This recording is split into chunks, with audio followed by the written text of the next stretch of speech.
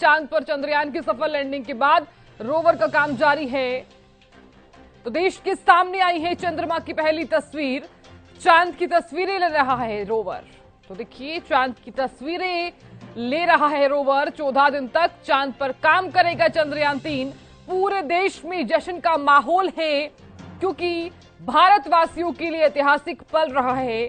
जिस तरह से सफल लैंडिंग हुई है चंद्रयान-3 की, उसके बाद पूरे देश में एक खुशी का माहौल है। हर कोई खुशी मना रहा है, क्योंकि भारत देश ने एक बार फिर से दिखा दिया है कि हम किसी से पीछे नहीं हैं। तो पूरे देश में एक अलग ही माहौल देखने को मिल रहा है। भारत की एक बार फिर से जीत हुई है और अब भारत पर भरोसा एक बार फिर से बढ़ता हुआ नजर आ रहा है। तो चांद पर चंद्रयान की सफल लैंडिंग के बाद रोवर का काम जारी है। देश के सामने चंद्रमा की पहली तस्वीर आई है। तो चांद पर चंद्रयान की सफल लैंडिंग के बाद रोवर का काम जारी है। देश के साथ साथ दुनिया भर के सामने आई है चंद्रमा की पहली ये तस्वीर। जो तस्वीर आप देख पा रहे हैं, जो देखिए 14 दिनों तक कई अहम जानकारियां जुटाने वाला है रोवर, और इसी के चलते पूरे देश में जश्न का माहौल है। खबर पर ज्यादा बातचीत करने के लिए हमारे वरिष्ठ सहयोगी अमित जुड़ गए हैं। अमित, चांद पर चंद्रमा की सफल लैंडिंग के बाद रोवर का काम जारी है। कितना ऐतिहासिक पल रहा है और 14 दिन तक ये चांद पर काम करेगा चंद्रयान-3? जी बिल्कुल साधना, ऐतिहासिक क्षण तो कल सभी ने जो इस बात के साक्षी बने कि कितना ऐतिहासिक क्षण था, गौरवशाली क्षण था। क्योंकि अगर बात करें तो भारत जो है वो कल रोवर की लैंडिंग के बाद उन 4 अति विशिष्ट जो देशों के समूह में शामिल हो गया है जिन्होंने चांद की यात्रा की है।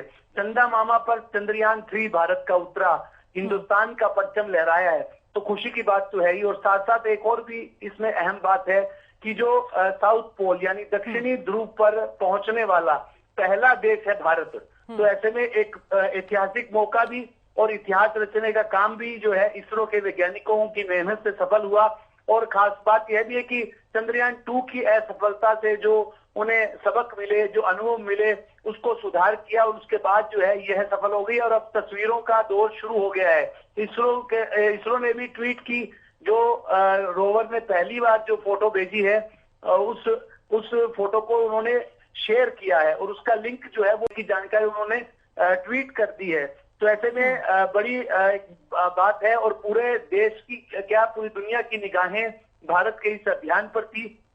और जब प्रधानमंत्री भी ब्रिक्स सम्मेलन में थे उस दौरान भी उन्होंने अपना संबोधन दिया और स्पष्ट किया कि किस प्रकार से यह रोवर जो है वो चंद्रमा की जितनी भी कथानक, जो भी कहावतें और जो भी कुछ प्रचलन में था, उसको लेकर तमाम जो जानकारियों से पर्दा उठाने का काम करे। और खास तौर पर दक्षिणी ध्रुव क्यों खास है साधना, इस पर भी चर्चा जरूरी है और लगातार चर्चा चल भी रही है, क्योंकि यहीं से खनिज और पानी के तमाम भंडार हैं जो वो यहाँ से मिलने की उम्मीद है। और उसी से हाइड्रोजन और खनिज ऐसे मिलेंगे जिससे काफी लाभ जो है वो मिलने वाला है। और भारत का परचम दक्षिणी ध्रुव, चंद्रमा के दक्षिण ध्रुव पर लहराया है, तो अपने आप में बड़ी बात है, ऐतिहासिक बात है।